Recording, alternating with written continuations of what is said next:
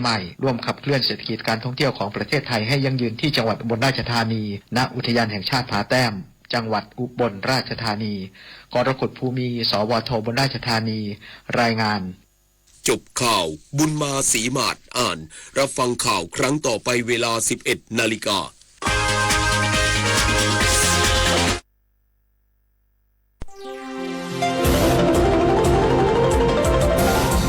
วิทยุแห่งประเทศไทยให้ความรู้คู่ความสุข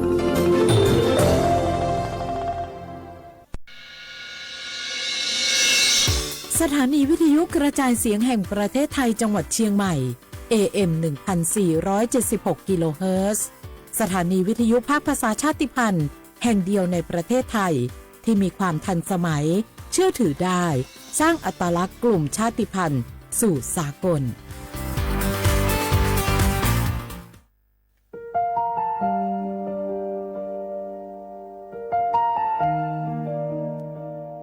ขอน้อมเกล้าถวายอาลัย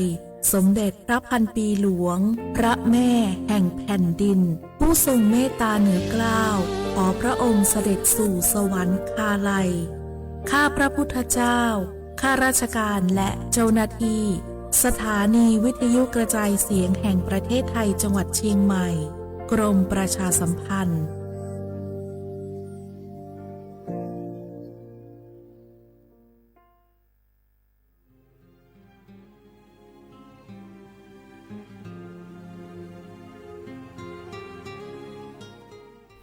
This is a moment of profound grief for the Kingdom of Thailand. We, the collective voices of Radio Thailand Chiang Mai, join the Thai nation in mourning the passing of our beloved Queen Martha, Her Majesty Queen Sirikit. Her life was a testament to the unwavering service, grace, and deep love for the Thai people. Our humble condolences and thoughts are with His Majesty the King, the royal family, and all the Thai people during this deeply sorrowful time. We will remember her forever.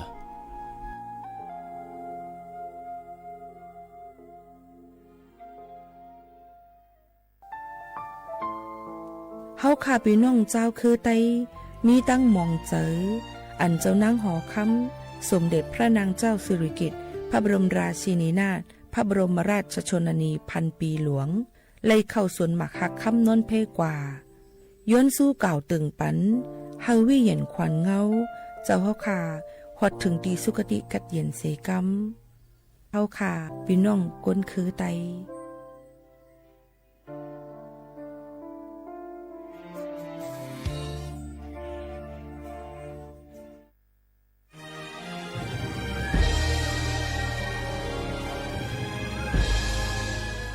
เกิดเป็นคนไทยเติบโตบนผืนแผ่นดินไทยจงภูมิใจในความเป็นไทยชาติไทยเรานั้นนับเป็นชาติที่มีความเป็นมาเก่าแก่ยาวนานเรามีภาษาวัฒนธรรมและมีสิ่งต่างๆที่เป็นเอกลักษณ์ให้เราได้ภาคภูมิใจในความเป็นคนไทยเราควรเห็นคุณค่าและมีความรักชาติหวงแหนแผ่นดินอันเป็นมรดกของบรรพชน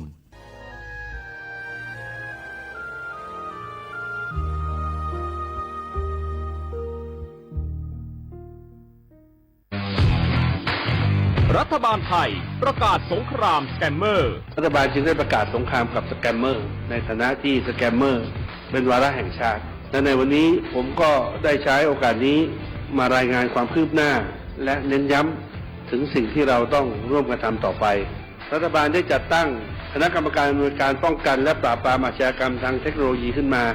โดยมีผมเป็นประธานด้วยตนเองเพื่อให้ทุกหน่วยงานทำงานไปในทิศทางเดียวกัน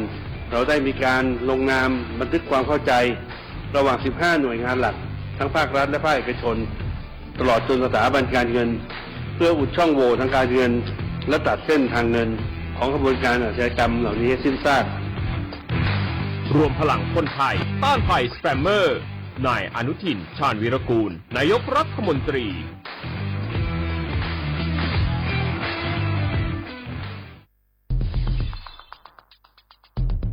แค่ แค่ 3 ปีความเสียหายจากอาชญากรรมไซเบอร์ของคนไทยพุ่งทะลุถึง 94,000 ล้านบาทหรือเฉลี่ยปีละ 30,000 ล้านบาททุก1ชั่วโมงเราเสียเงินกว่า 3.4 ล้านบาทให้กับมิจฉาชีพออนไลน์โจรไม่เห็นใจคนอาชีพไหนอายุเท่าไหร่สถานะทางการเงินแบบใดหมอพ่อค้านักธุรกิจนักเรียนแม่บ้านข้าราชการเกษียณทุกคนตกเป็นเหยื่อได้เสมอและวันหนึ่งอาจเป็นคุณหรือคนที่คุณรักเพราะจุดอ่อนร่วมของเหยื่อคือความเร่งรีบขาดสติหรือแม้แต่บางครั้งก็เกิดความโลภจนเกินไป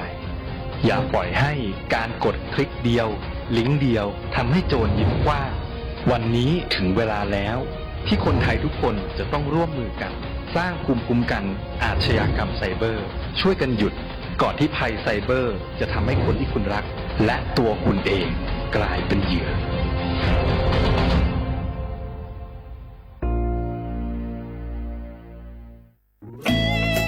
หนึ่งเสียงของท่านมีความหมายต่ออนาคตประเทศการเลือกตั้งคือโอกาสสำคัญที่ประชาชนจะได้ร่วมกำหนดทิศทางบ้านเมือง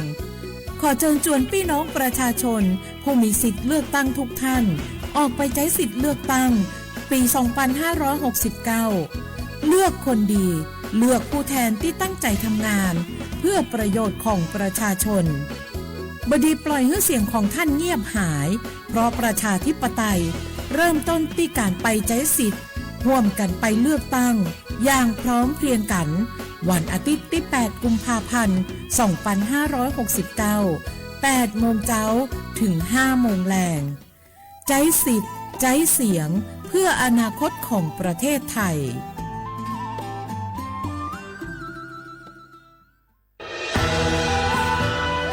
จากศาลากลางจังหวัดน่านหลังเก่าพัฒนาสู่การเป็นศูนย์การเรียนรู้นันทศิษย์ป่าคารโดยมูลนิธิรักป่าน่านนับเป็นพระมหากรุณาธิคุณที่สมเด็จพระกนิษฐาธิราชเจ้ากรมสมเด็จพระเทพรัตนราชสุดาสยามบรมราชกุมารีได้พระราชทานนามนันทศิษย์ป่าคารอันหมายถึงอาคารแห่งความรู้ทุกแขนงของจังหวัดน่าน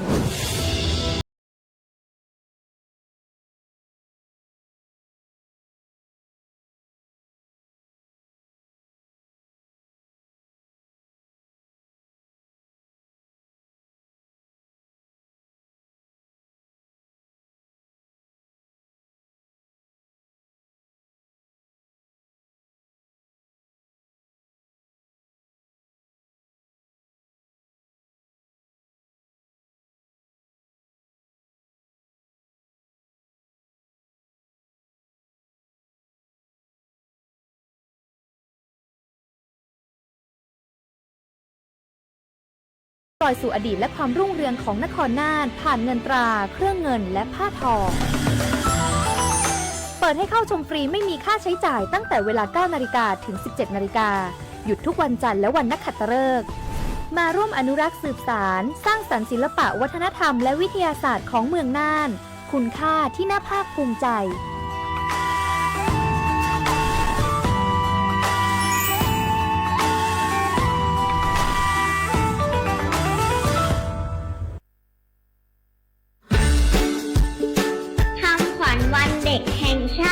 ปีพุทธศักราช 2569 รักชาติไทยใส่ใจโลกสถานีวิทยุกระจายเสียงแห่งประเทศไทยจังหวัดเชียงใหม่ขอเชิญน้องๆหนูๆร่วมงานวันเด็กแห่งชาติประจำปี 2569 ในวันเสาร์ที่ 10 มกราคม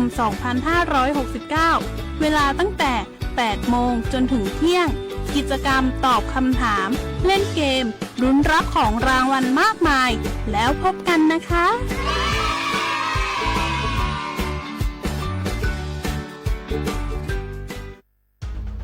30 บาทรักษาทุกที่เจ็บป่วยเล็กน้อยอาทิมีไข้ไอเจ็บคอปวดข้อเจ็บกล้ามเนื้อใช้สิทธิ์บัตรทอง30 บาทปรึกษาเภสัชกรและรับยาตามอาการ32รายการไม่เสียค่าใช้จ่ายเพียงยื่นบัตรประจำตัวประชาชนที่ร้านยา ที่มีสติกเกอร์30 บาทรักษาทุกที่หรือร้านยาคุณภาพของฉันให้บริการดูแลอาการเจ็บป่วยเล็กน้อยสอบถามเพิ่มเติมโทรสายด่วนสปสช1330 24 ชั่วโมง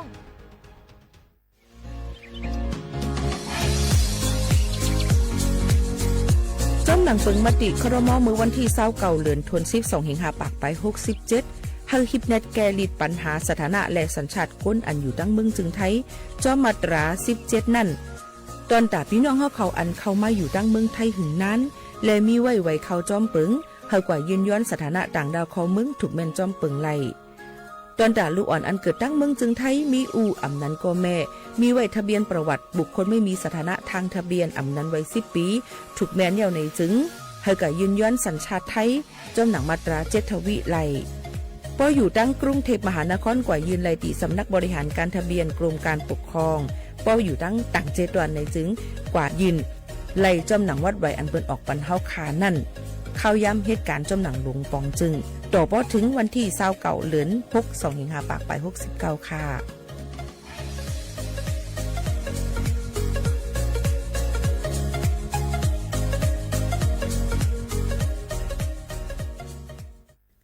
พี่น้องเขาสนใจใครปืนเผาผ่านตั้งห้องปล่อยเสียงสวทเก้งใหม่ปั่นตั้งหู้ห่มปลาดังมีดังซื้อถ่อมแจงแล้งหลีกว่าไก่ในปืนตีเจดอนเก้งใหม่กับสืบมาเลยดีสวทเก้งใหม่หมายฝน053-276-068และ0922468579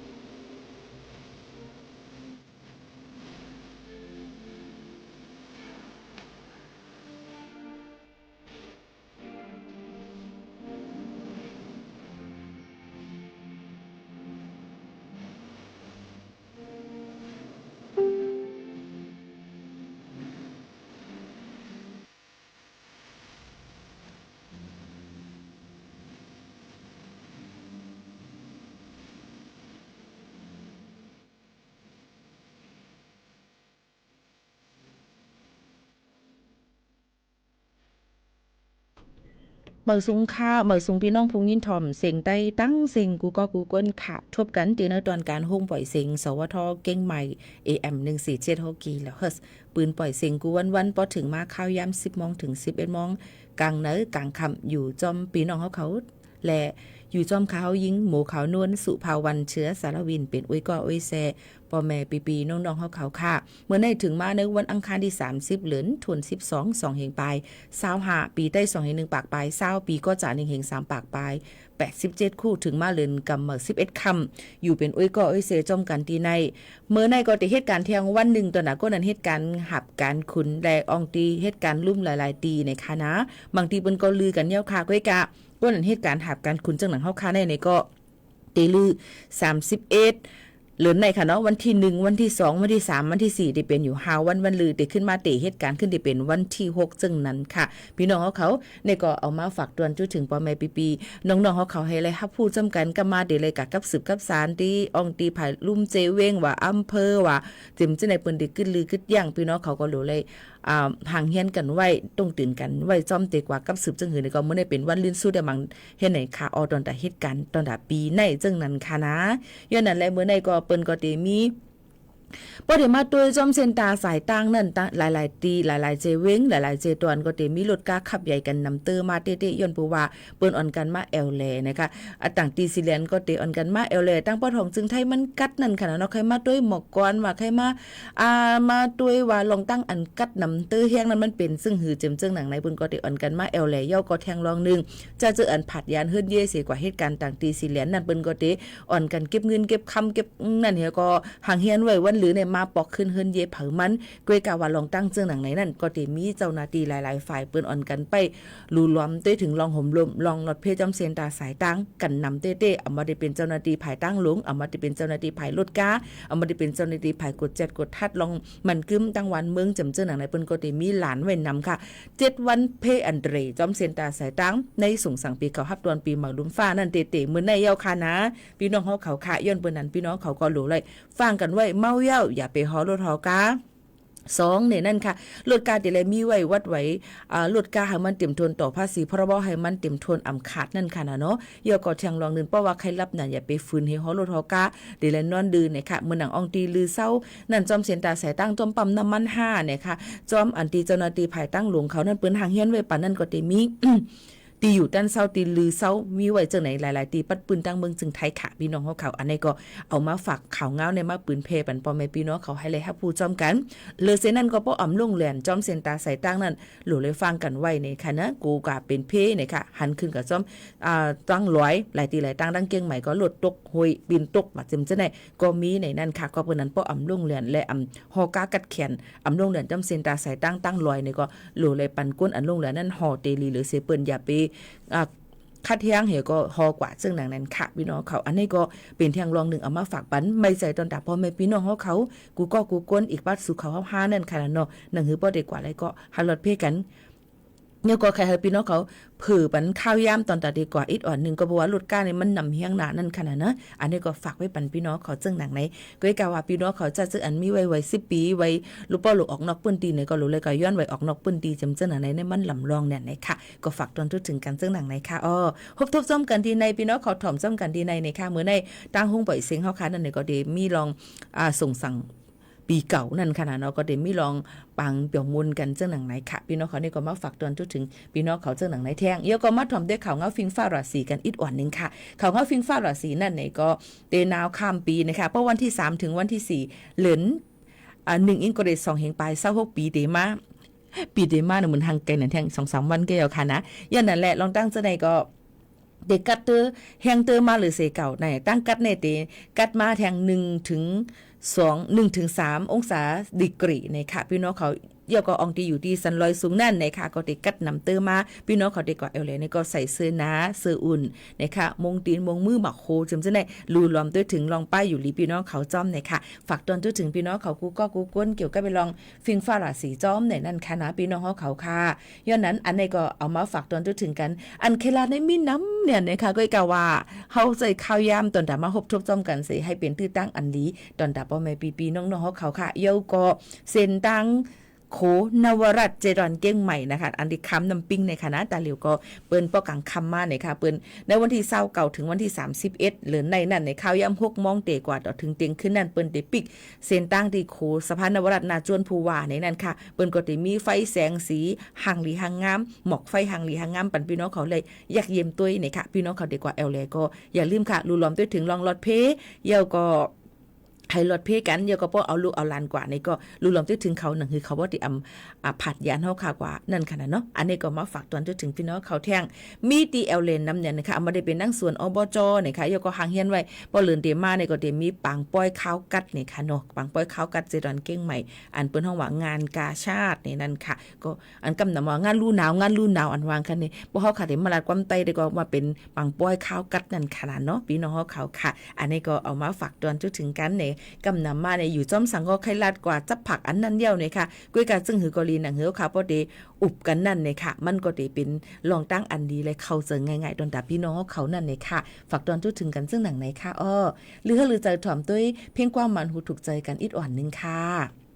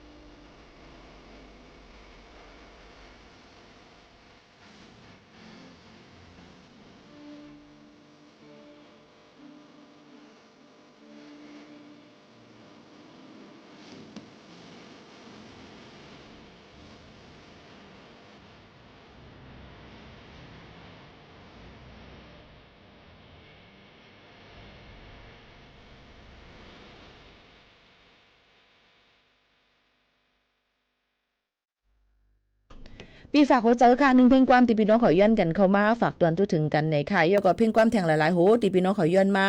เด็กข้าจะเปิดปันก้อยกาหลุดเลยลัดก่อนว่าอย่าไปลำเสียงความไทยนะป้อนลำเสียงไทยในปีโมเขานุ่นตีญาหลอกค่ะนะยก็ตีญาลองตั้งมือต่ำเงินค่ะพี่น้องเขาก้อยกาอันนี้ค่ะก็ไปย้ำเงินกันมาเดี๋ยวเปิดจำตัวเพราะว่ามันเป็นลำเสียงไทยในตีอำเปิดปันนะและในลาดไว้ก่อนในค่ะพี่น้องเขากำนำความไทยในตีลำเสียงเอาความไทยในไตกำมาปานกุปอกตีลำเสียงไทยนำเนี่ยนั่นขนาดนอกก็นั่นแหละจังเปิดปันเนี่ยนั่นค่ะยกมาด้วยลองการคืบหน้าลองก้นมึงตั้งตนตีเขาเนี่ยค่ะ175,000เหงปลายในหมอก1ครึ่งในค่ะเนาะตอดแคบกลางเจอเนี่ยนั่นค่ะบางเลือกตั้งปฏิการเมืองตีเว้งตนตีเงาจึงเมืองใต้ปอกกำที่1นั่นเนี่ยค่ะโหก้นหมอก1ครึ่งตอดแคบกลางเจอเนี่ยค่ะก็นั่นแหละกำพองซ้ำป้าจือเจ้าเก่าและได้ตอดแคบกลางเจอก็มีอ่านโหเหงก็ห้องตอดแคบกลางเจอได้ก็ปิดผุยไว้ปันแต่เอากลางใน6 มองต่อถึงกลางคำ7 มองเนี่ยค่ะต่างตีต่างเวียงในเมืองใต้ในก็ก้นมาตอดแคบกลางเจอมีเอ็นนะและเจ้าหน้าที่เขาถึงป้อเลยกำห้องเป่าสอให้เปิ้นอ่อนกันมาตอดแคบกลางเจอจังไหนค่ะอ๋อของสีตับซึกเขานั่นค่ะจะเฮ็ดให้เป็นปังเลือกตั้งเซตาเอ็นเฮียงปาติการเมืองเข้าป้าตั้งเซ็งตียอบโหนาปาตินุกยุ่งอันอ่องเป้มือปังเลือกตั้ง2 เหงปลาย24เสือคอกไว้เย้าซิมอำนาจก้นเหตุการเมืองอันยากคำคอกไว้ก็ตึกมีแทงตั้งนำตั้งหลายบางตึกก็ตึกเป็นอยู่เอาเฮิ่มมินมาปล่อยหมากว่าจุดไฟเผาวานเผาเฮิ่นเย่ก็ตึกมีอยู่แหละปังเลือกตั้งปอกในก็หมู่จุ้มนอกเมืองเขามักมันไว้ว่าเป็นปังเลือกตั้งอันพังปลอมกุ้ยในนั่นค่ะนี่ก็เอามาฝากตอนถึงพี่น้องเขาลองคืบหน้าลองการวันกันเมืองตั้งเมืองห่มตุ่มเมียนมากันอิดอ่อนนึงในนั่นค่ะพี่น้องเขาค่ะยกปอค่ะเดี๋ยวมาตัวตั้งเมืองจึงไทยนั่นไหนก็เปิ้นก็เตเย้าในค่ะตอนตาแต่หรือเปิ้นก็หาเสียงตอนตาได้เลือกตั้งในค่ะในวันที่8 เดือนธันวาคม2เหงปลาย26ในนั้นวันอาทิตย์นั่นในค่ะข้าวยาม8 โมงกลางในต่อถึง5 โมงไว้วันในค่ะอองตีวัดไว้ที่เฮาค่ะอยู่จอมเซ็นจือเซ็นสายไม้จอมทะเบียนบ้านเฮาค่ะนั่นในหายกว่าเนย่อนในแคบกลางเจอเลือกเอาในค่ะก้นอันเฮาค่ะส่งเกียกในนั่นค่ะตอนตาดีไฮไลท์มาเป็นผู้ต่างเตี้ยนเฮาเสครึ่งปองเฮ็ดสร้างกว่านั่นขนาดเนาะพี่น้องเขาค่ะไฮไลท์นั่นนี่ค่ะพี่น้องเขาค่ะไฮไลท์มาเฮ็ดต่างเตี้ยนเฮาค่ะนั่นนี่ค่ะให้มันเต็มทนให้มันเหมือนหนังกึ่งงามกันอันถ้าเฮาค่ะลึกมุงมองมาเลยให้เขามาเฮ็ดการจอยเฮานั่นน่ะเนาะพ่อแม่พี่ๆน้องๆเขาค่ะตอนตาดีเลือกตั้งเบิ่งจึงไทยนั่นในก็พี่น้องเขาค่ะมันก็สิมีอยู่3มื้อจ้อมกันในค่ะ3มื้อนั่นในค่ะตัวอย่างปางเลือกตั้งมันก็สิมีเตมีว่าสีเขียวสีจังไหนค่ะเนาะพี่น้องเขาค่ะเตมีสีเขียวสีของในนั้นค่ะมันเตมีอยู่3 อันจังไหนค่ะมีอยู่3สีในนั้นค่ะมันเตมีจังหือพองหลาในนั้นค่ะพี่น้องเขาเปิ้นก็เนปันตัวยุกอย่างมันในนั้นค่ะตัวอยากเลือกตั้งแบ่งเขตเลือกตั้งนั่นก็จะเป็นสีเขียวในนั่นค่ะพี่น้องเขาค่ะย่อก็แทงอันนึงเป็นแบบไล่จือเป็นจื้อก้นเป็นปาร์ตี้ลิสต์นั่นนะคะอันที่เขาค่ะส่งเกียกนั่นก็จะเป็นไว้สีของจังหนังไหนค่ะย่อก็แทงอันนึงนั่นตัวอย่างออกเสียงประชามติประเด็นเดียวในนั่นก็จะเป็นเที่ยงวัย1ในนั่นค่ะแทงเสียนแทงสีออกไข่ออกเหลืองๆอิดอ่อนนึงจังนั้นค่ะเนาะอันนี้ก็เปิ้นก็เอามาฝากปันพ่อแม่พี่ๆน้องๆเขาย่อก็ตอนดาทำรายการเลือกตั้งหย่อนเนี่ยแคบกลางใจตั้งเมืองจึงไทยนั่นซ้ำในนั่นค่ะมันก็ได้มีวันที่20เดือน12ในต่อถึงวันที่5เดือน1 2เหงปลาย26นั่นเนี่ยค่ะเปิ้นเปิดลงเซียนจือตาได้ใจสุนไล่ตอดหย่อนเนี่ยแคบกลางใจล่วงหน้านะคะในเขตนอกเขตและนอกราชอาณาจักรเนี่ยค่ะเมื่อเฮาค่ะก็อยู่นอกเมือง5อยู่ต่างเจเวงต่างอันเดียมจะวัดไว้เฮาค่ะอยู่นั่นในเปิ้นห้องว่าเลือกตั้งนอกเขตลูกอ่อนตั้งนั่นค่ะเนาะ27ถึง31เนี่ยเป็นกติรับเลือกตั้งสสในนั้นค่ะมันก็สิมีจังนั้นค่ะเนาะเกี่ยวกับวันที่7มาเป็นกติลาดว่าจื้อก้นอันสมัครสสสภานั้นมันมีอีสังพองอย่างเป็นตั้งการในนั้นค่ะเกี่ยวกับวันที่8ซ้ำข่าวยาม8 โมงกลางในต่อถึง5 โมงนั่นเนี่ยค่ะอ่อนกันจะเจออันมีสุนตอนตาดีกว่าหย่อนในแคบกลางเจอนั่นตั้งเมืองจึงไทยเป็นกติกว่าเลือกตั้งหย่อนในแคบกลางเจอเลือกเอาก้นลีเข้ามาเหตุการณ์ต่างแดนเฮาค่ะในนั้นค่ะพี่น้องเขาค่ะในก็เอามาฝากปันเนี่ยค่ะตอนจากก้นอันดีกว่าเลือกตั้งไรนั่นก็จะเป็นก้นอันมีเจอคือก้นไทยเนี่ยค่ะเยาก็เป็นอำนั้นก็เข้ามาโอนเป็นสัญชาติไทยกว่าเยาอ่ำย่อมหรือ5 ปีเนี่ยค่ะพี่น้องเขาอาศักอ่ำเตียมหรือ18 ปีเนี่ยค่ะในวันเลือกตั้งเนี่ยค่ะจื่ออยู่ในทะเบียนบ้านเลือกตั้ง ย่อมโดยเสีย90วันนับแต่เอาวันอันตีเลือกตั้งนั่นจังนั้นค่ะลองตั้งจังไหนก็เป็นรองการวานการเมืองรายการที่ศูนย์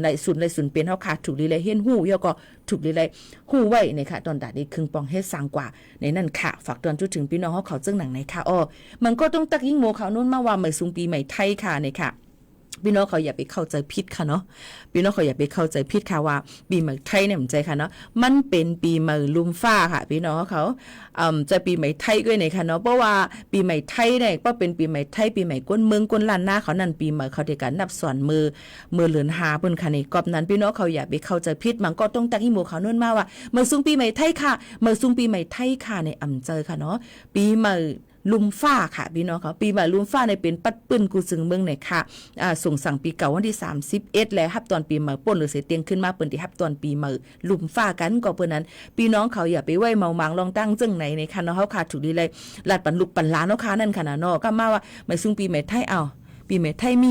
ปีใหม่อิงกฤษมีอะไรล่ะฮัมเตวันในทางใจค่ะเนาะกอบนั้นแล้วพี่น้องเขารู้เลยปองว่าเป็นปีใหม่ลุมฟ้าเนี่ยค่ะตอนแต่ปีใหม่ไต้นั่นก็เตนับสอนเอาว่าเลินเจงใหม่ว่า1เตเป็นปีใหม่ไต้เฮาค่ะในค่ะเนาะอันตั้งจะได้ถูกดีเลยปองใจกันในนั่นค่ะก็มาเข้าใจผิดกันค่ะเนาะกลุ่มว่าปีใหม่ไทยอย่างนั้นมันไปใจค่ะนะเป็นปีใหม่ลุมฟ้าเนี่ยค่ะปองว่ากูตีกูตั้งในนั่นค่ะเนาะสักกะเล็ดก็เปลี่ยนนะคะเลินก็เปลี่ยนปีก็เปลี่ยนนั่นปองว่าปีใหม่ลุมฟ้าเนี่ยค่ะพี่น้องเขาค่ะในมาฝากปันพี่น้องเขาให้เลยป่องเจอแล้วก็เข้าใจผิดกันในค่ะย้อนมาอย่าต่อยโฮเจอพักดูยิ่งวัดติ้งในคณะหมู่คณะเด็กเปิดปันทองค่ะยิ่งจังไว้เจอ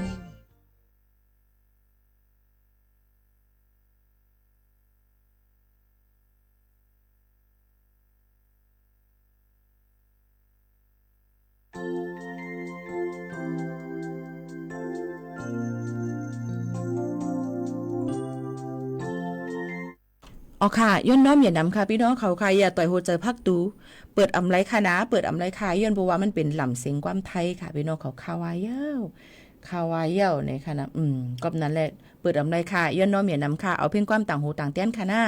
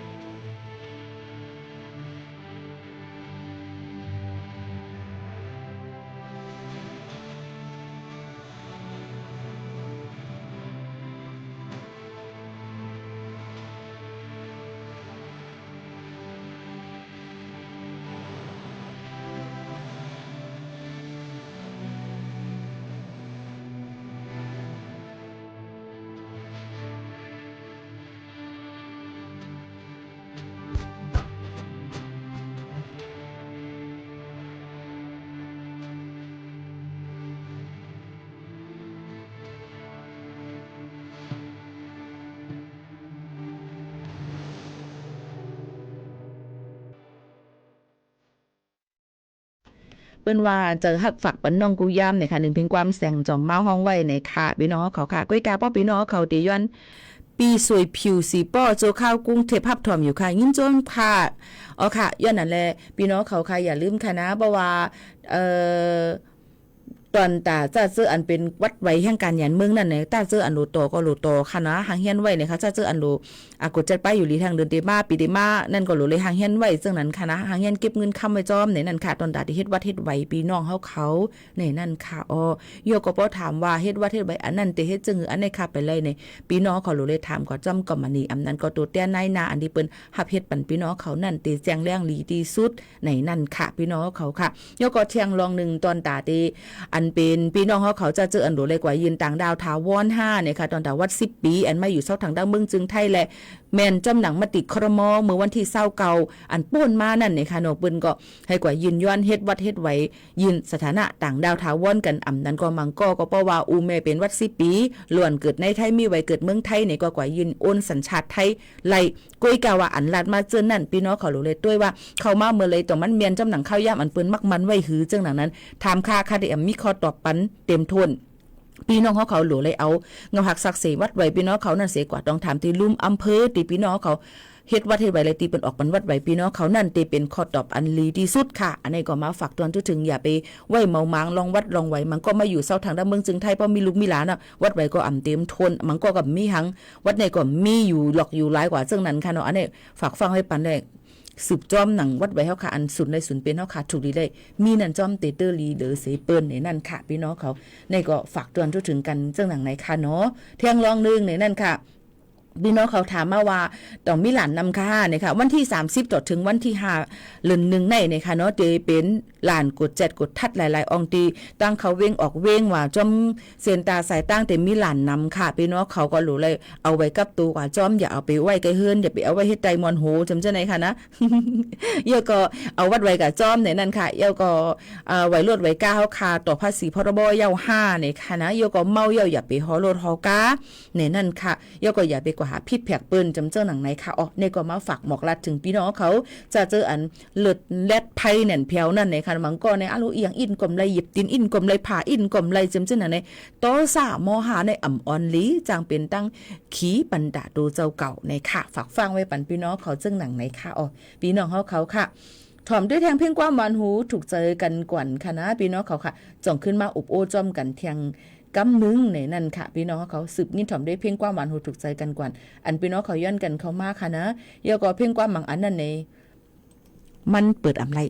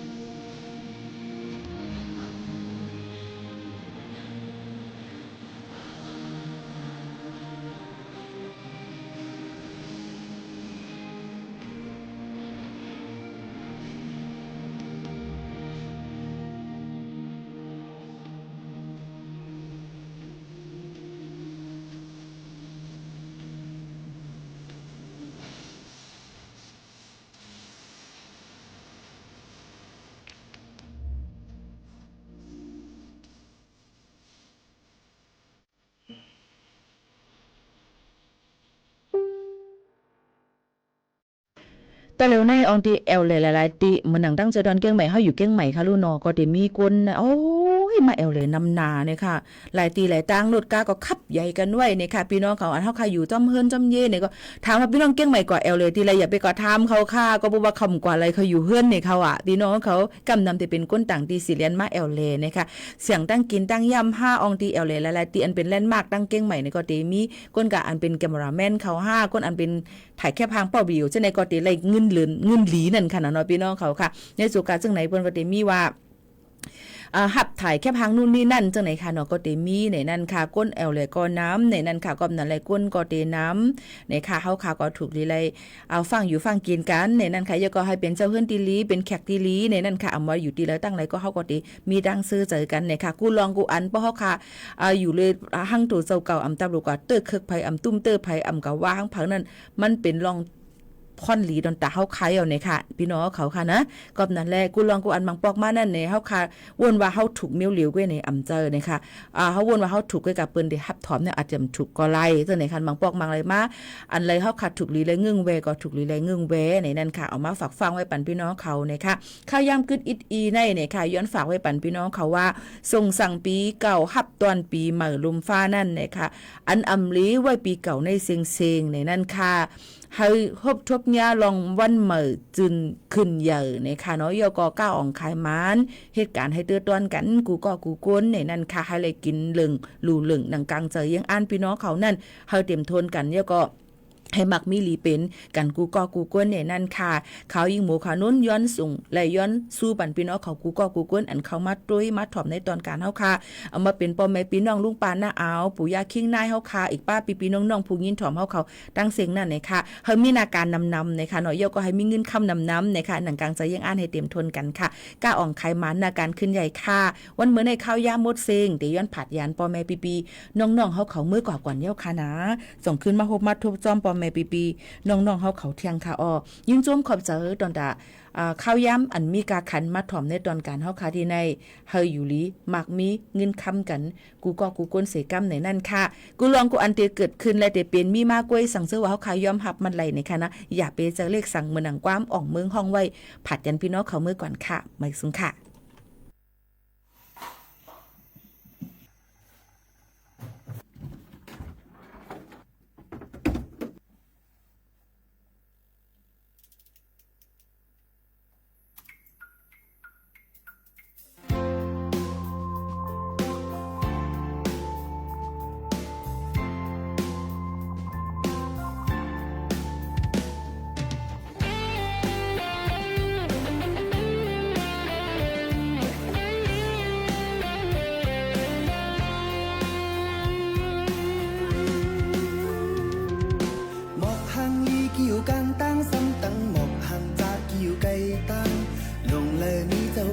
มันมีกาคันลีเหมือนสู่เหมือนเฮาเยามือเลยนั่งต้มกันมือเลยไปต้มกันมีมาเยาเสนั่งหือตีถูกตาแม่นใจก้นกูก็อำเป็นสู่ยาใจเล็กสั่งตอนตาตีหังลีสายตื่นพร้อมโฮมตายอับเลือดเสือเนรินเมืองเฮิง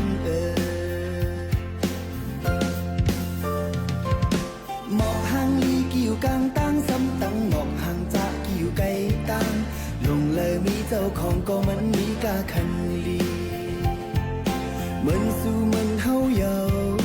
มือเลยนั่งจ้องกันมือเลยไปจ้องกันมีมาเยาเสนั่งหือตีถูกตาแม่นใจก้นกูก็อำเป็นสู่ยาเธอเล็กสั่งตอนตาเดหังลีสายตื่นพร้อมโฮมอับเลือดเสือในรินเมืองเฮิงอย่าไปวนนั่งกะก่อนคนวันหลังมีสังกอนีอันตีมานั้นลำลองอันอำหันอำเป็นนั้นมีตั้งงำจำใจเก่าสมีเมื่อก็เลี้ยวกล้วยตีให้ใจลัดหมอกไผ่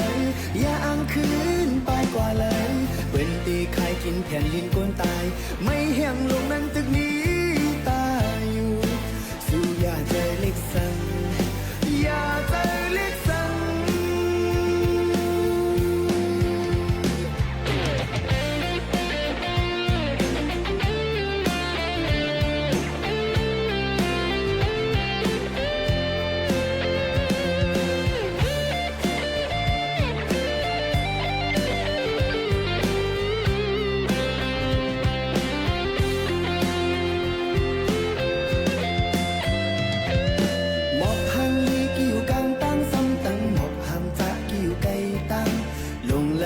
จ้าของก็มันมีกาคันลี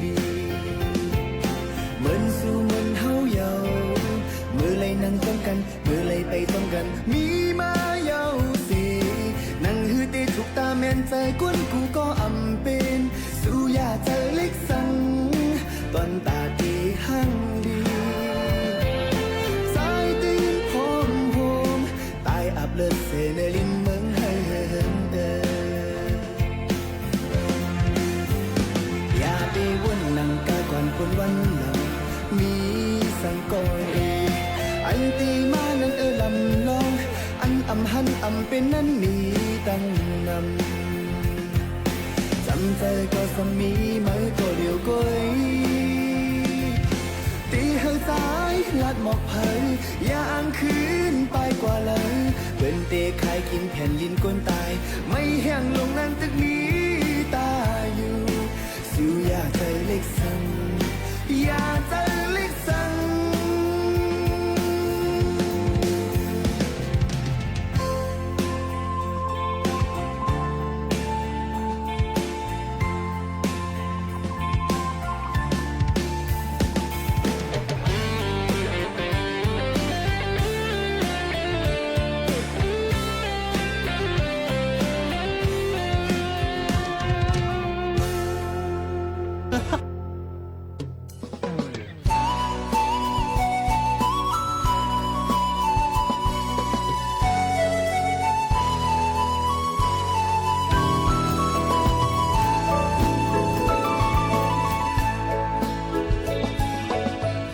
ปันเลยหักมีไว้ก่อยากำหอมขังใจเลยนั่งสมอกไปหยัดนำเฮาตกตีไกลเหมือนนั่งในอกไหลเจ็บห้องให้อยู่เหลือหักเฮากำในเอาย้ำน้ำตาฮือตีลืมไหลตั้งไม่เต็มมากผู้เจอปานอ่อนจัดบนเขาพี่สร้างมาใจลืมก็สม่ำเจอหนังจังก็สม่ำเจอสองก็หักกันจึงอำในเสาจามตาตีเลยหบตังจึกดันนาตาจากไหนสุดตีกำในกออยากนำเฮาย้อนเฮอเป็นกูอยู่จำเพราะว่ามีจัดนาอยู่ไหลปอกมาตกตีจำหน้าน้องอันเป็นปนก็ตั้งไข่เติมให้ลายสั่งถึงแลตีจังให้เธอลืมพอมีแทงจะดันนาย้อนสู้เฮอไข่กันนาเจอหักปีดาเฮอกว่าถ้ามองจำ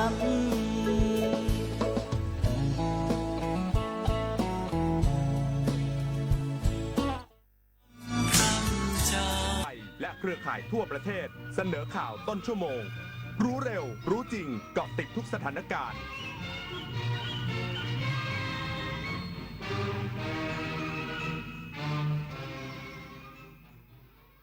รับฟังข่าวต้นชั่วโมง 11 นาฬิกากับผมบุญมาศรีมาศครับนายกรัฐมนตรีอวยพรปีใหม่ 2569 ให้กับประชาชนขอให้ความทุกโศกและเคราะห์ร้ายที่เกิดขึ้นในปีที่ผ่านมาหมดสิ้นไปพร้อมกับการก้าวเข้าสู่ปีใหม่อีกสักครู่กลับมาติดตามรายละเอียดครับ โอ๊ยดูข่าวอีกแล้วไถ่ฟีด